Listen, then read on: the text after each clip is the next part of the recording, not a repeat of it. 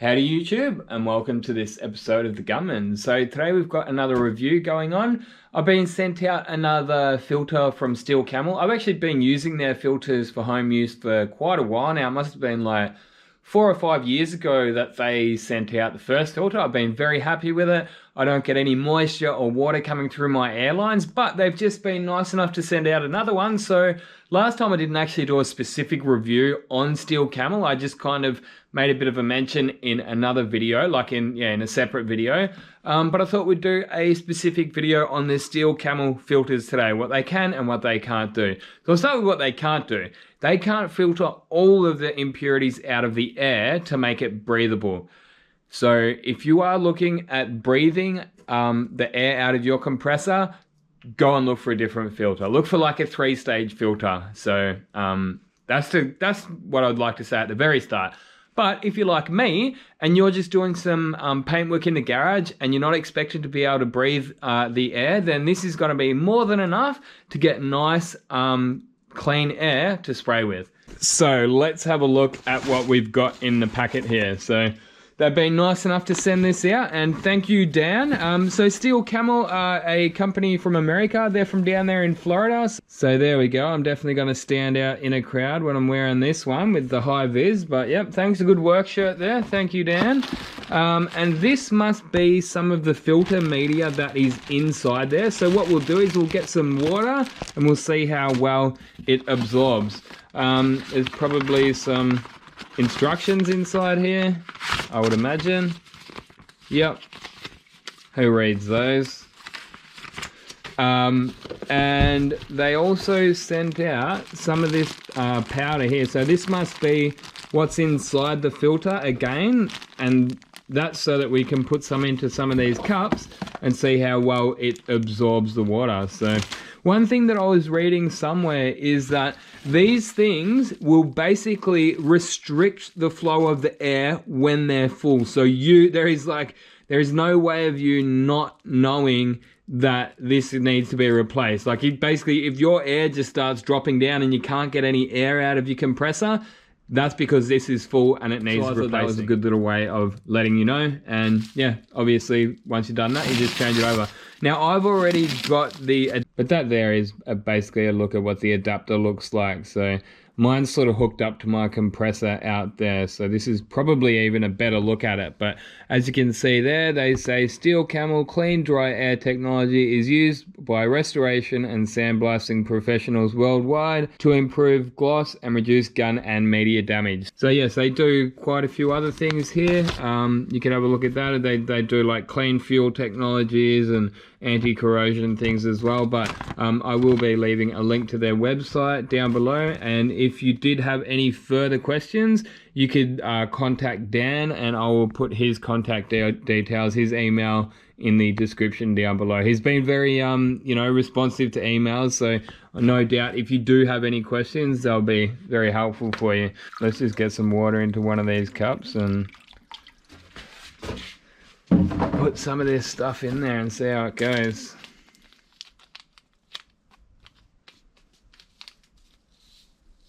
It said to wait for 10 minutes, so we should probably wait for 10 minutes and see what a bit of this paper stuff does. No doubt this is part of what's in there as well. I can see already that's turning to jelly. That's only taken a few minutes. That's sort of like turned into jelly. I think I get what's going on. So this stuff here is probably part of what's inside here. Have a look at that. So considering that was a pretty small little sachet, that's done a pretty good job. Look at that. Starting to break up. And that's literally only been not even a minute. So here we are. This is my little compressor setup out here. I'm using a torch because it's night time, so hopefully you can see properly. But I've got my silent compressor there.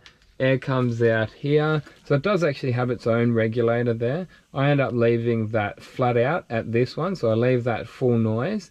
We then come out of there with this red line, and then I come into this regulator. And this is where I actually adjust my pressure from. So as you can see, I've got that set to 70 PSI, and I've found that to be perfect to stop any fluctuations inside the garage. Now that may vary depending on your setup. I'm not saying you have to set yours to 70 PSI, but you do want to drop that a little bit on a proper diaphragm regulator like this is, or else you will possibly have those fluctuations. Anyway, after that we're going straight into the Steel Camel. We'll turn you around to this other side here. And as you can see there, we've just got a hose fitting on the way in. Make sure you get the flow in the right direction. There is an arrow on that, so the flow's got to go a certain way. And then the Steel Camel filter down the bottom there, and then we come out of it. And I put this extra little thing down here. This is actually something that some people put on spray guns themselves. I just put that in there just so that I can visualize the air. So if there is any more moisture or oil or anything coming through, I can see it, because as you can see, we've got like a clear canister there. So that's the only reason I've done that. And as you can see, that is nice and clean. And look, to be honest, this compressor doesn't get heaps of use because it is a home one, but I think it's had enough use that if there was any impurities still coming through, we would see it, you know what I mean? Like it still does get enough use. So especially nowadays that I've been doing up my Torana, it is actually starting to get more and more use.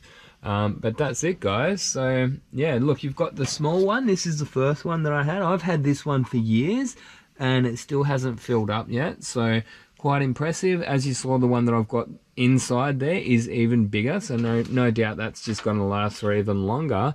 And it's something that they don't seem to go off with time, so you can sort of keep them for as long as you need to, depending on how much use you get out of it. If it was the kind of compressor that you're using all day every day, well then you might obviously have to replace them more often. Alright, so that's probably only been about 5 minutes. I literally just went outside, gave you guys a look at the compressor, and I've come back and that's just completely jelly. So that's just a way of kind of visualizing what's going on inside that filter. There you go, that's just completely taken up. Well, there's a little bit still in there in this one. Anyway, hopefully you did enjoy this video. I think it's a good product. If you'd like to learn more about it, be sure to go and check out the link in the description. And yeah, they're a good little company from down there in Florida in America. Yeah, I think that's all there is to say about it. But it's very important to have clean air when you are spray painting, because the last thing that you want is water and impurities splashing out onto your paint job, because it's going to make an absolute mess. So I actually just painted this car last night, and if I didn't have clean air, it wouldn't look as good as what it did now. So, you know, it's one of those things, when you're painting in a garage, you're kind of expecting a few impurities in it. You're expecting some dust to land in it, but the last thing that you need is water coming out of the air lines on top of all the other impurities around, you know what I mean? So there you go. That's actually a nice little repair. I think I did another video on that. You guys have probably seen it already, but you know, it was like repaired down there. She scraped it down here as well, and it just blended into the rear bumper. So yeah, good little job, this one. I was actually quite happy with the way that this one come up. But yeah, that's about it for this video there, guys. Hopefully you enjoyed it. If you did, be sure to give it a big thumbs up. Leave a comment if you would like to. If you got anything to add or any questions, I can't guarantee I will get back to your questions, because I've actually been pretty busy these days. Like, as of me making this video, it's 9:30 at night. So I've been doing big days, but somehow I haven't been burning myself out. I've found the right gear to just cruise along all day. Like, still getting a lot of work done, but not running, if you know what I mean. Just sort of a brisk walk, so to speak. Anyway, guys, see you in the next one. Coming out.